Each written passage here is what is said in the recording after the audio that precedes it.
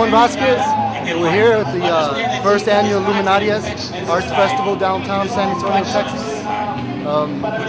This is our area. This is Writer's Block. It's an area that we picked for poets, for the poet's word to be heard. Across the street, we have live performances with over 30 San Antonio poets that have come out to support the arts.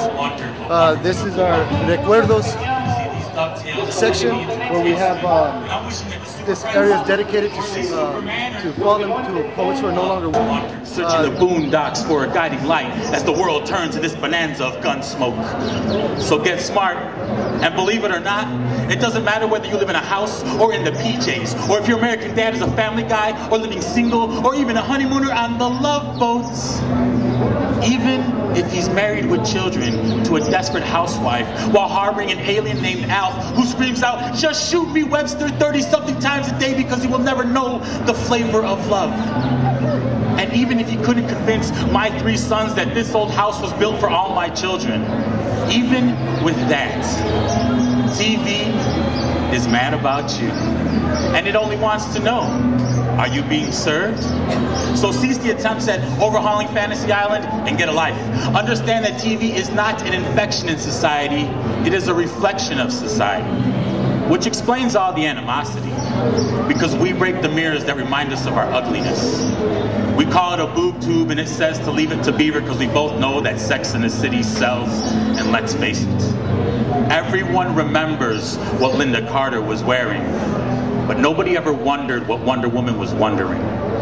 See, these DuckTales are sending me into a tailspin, and I'm wishing that the Super Friends, or at least Superman, or hell, I'd even settle for a couple of Rescue Rangers coming to save the day. Don't place too much stock in the entertainment we share. You have to remember that Father knows best, especially when Mother's there helping him with the answers.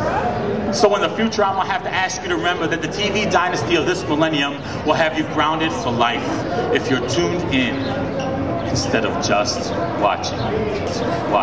Love. You wanna know what I think about love? Well, I usually try to refrain from writing controversial poetry. Standing out among the crowd, that's just not me, you see. Instead, my preference is to censor my words to the most ultimate degree, trying my best to satisfy everyone. We should all have the same opinions. We should all just agree. I only write to seek the approval of everyone but me. Want to be different? Forget individuality. Want to be unique? Forget originality. I usually try to refrain from writing controversial poetry. Usually. So, you want to know what I think about love?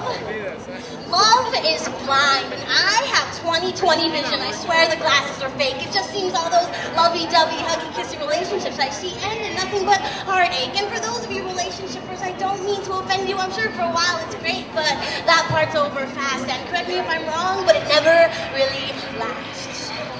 Obsession versus passion, infatuation versus hormones versus love. Love is very often confused with one of the above. And again, I don't blame you, because lust and love could indeed look very much the same to the oblivious eyes of us ignorant teens who just take candy-coated kisses for granted, never knowing what they mean. It gets you every time, that artificial flavoring. But every situation I have not yet considered. Maybe I have it all wrong. I'm just a bit bitter. I'm like cocaine. I've been used and abused and am very much addicted. For example, there was this one boy.